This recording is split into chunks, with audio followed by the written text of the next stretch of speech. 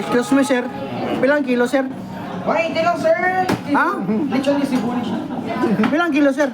Ano sa'yo? Sir, Yung may ganda? 180, sir? Lahat na hindi na crispy. 180? Barato na yung siya naman. Barato na lagi, sir. Ate, dire dito ang palito. Barato, 180 ang kilo. Sir, baboy ni sir, sigben. Sigben.